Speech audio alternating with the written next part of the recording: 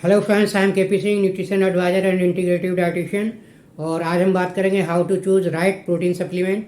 यानी कि जब भी हम प्रोटीन सप्लीमेंट मार्केट से लेने जाएं तो किन बातों का ध्यान रखें, कौन कौन से पॉइंट हमें चेक करने चाहिए। तो आइए देखते हैं। तो सबसे पहला पॉइंट तो ये है कि जब भी हम डाइटरी सप्लीमेंट के रूप में प्रोटीन लेने जा रहे हैं तो पहले तो हमें पता होना चाहिए क्यों आवश्यक है सप्लीमेंट लेना।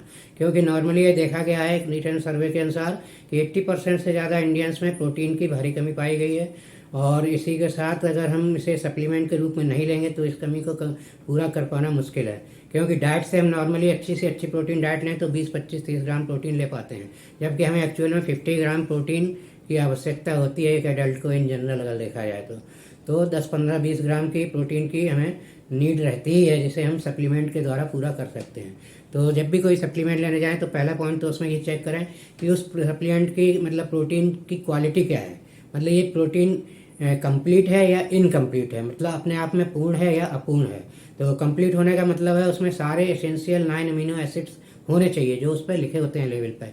इनको चेक करिए, अगर 9 में से कुछ कम है तो इसका मतलब वो प्रोटीन कंप्लीट नहीं है। तो इनकम्प्लीट प्रोटीन लेने का क्या नुकसान है कि इनकम्प्लीट प्रोटीन अगर आपके बॉडी में जाएगा जिसमें 9 अमीनो एसिड्स नहीं है तो वो आपके बॉडी के सारे फंक्शन नहीं कर पाएगा। क्योंकि प्रोटीन के द्वारा सैकड़ों फंक्शंस किए जाते हैं, बॉडी में होते हैं, परफॉर्म होते हैं, जिसमें एंजाइम प्रोडक्शन से लेकर हार्मोन और बहुत सारी चीज़ें शामिल हैं। तो सारे फंक्शन वो प्रोटीन नहीं कर पाएगा अगर इनकम्प्लीट है। तो ये ज़रूर चेक करिए।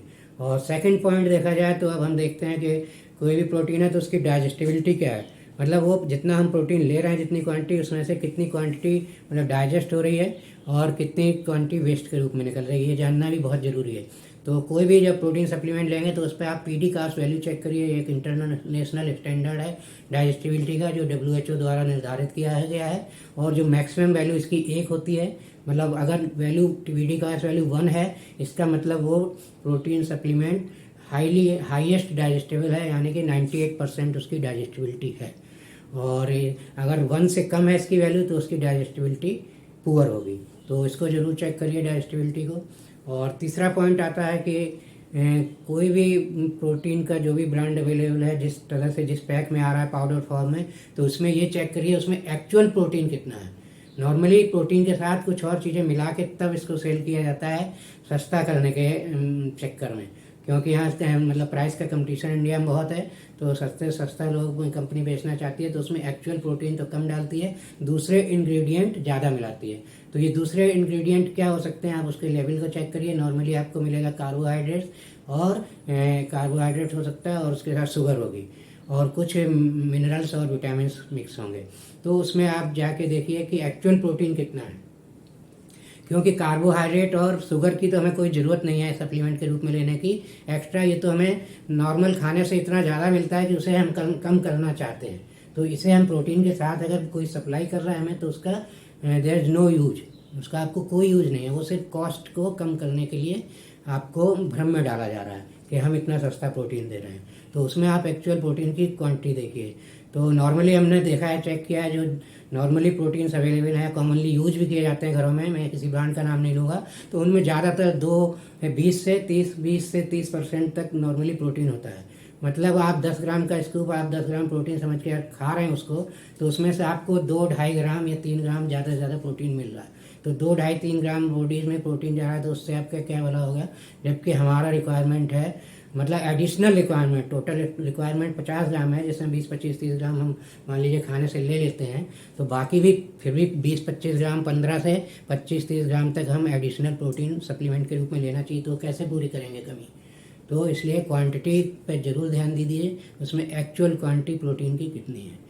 और इसके बाद एक लास्ट पॉइंट है, इसको भी हम कंसीडर करना चाहिए। क्योंकि नॉर्मली प्रोटीन्स के बहुत सारे ब्रांड अपने अपने फ्लेवर्स में बेचते हैं, उसमें कुछ और मिक्स करते हैं, टेस्ट मेकर्स मिक्स करते हैं, कोई चॉकलेट टेस्ट में है, कोई वनीला टेस्ट में है, तो इस टाइप से अवेलेबल होते हैं। कोई स्वीट और ज़्यादातर मीठे होते हैं, शुगर सभी में होता है। तो इसमें क्या है, हमारा एक बाउंडेशन हो जाता है, हमें वही टेस्ट लेना है। यार सब लोगों को वो टेस्ट पसंद नहीं होता घर में, जो कि प्रोटीन की नीड सभी को है घर में।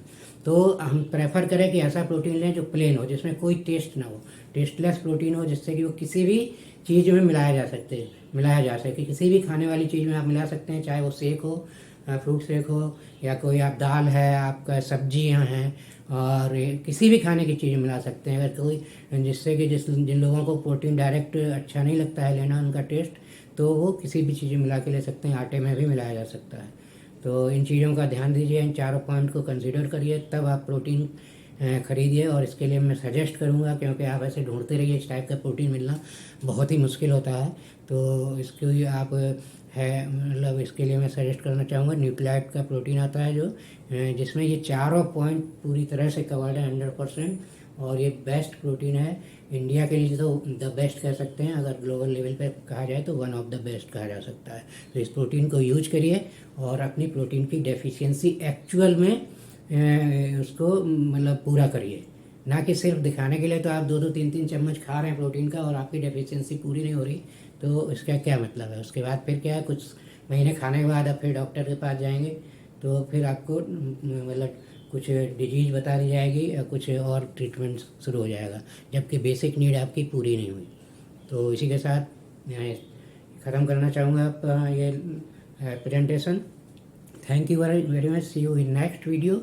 और उसमें हम बात करेंगे कि अपने घर में जो डाइट है उसमें प्रोटीन को कैसे सिलेक्ट करें, कैसे प्रोटीन रिच डाइट कौन सी सिलेक्ट करें, कौन सी अच्छी होगी।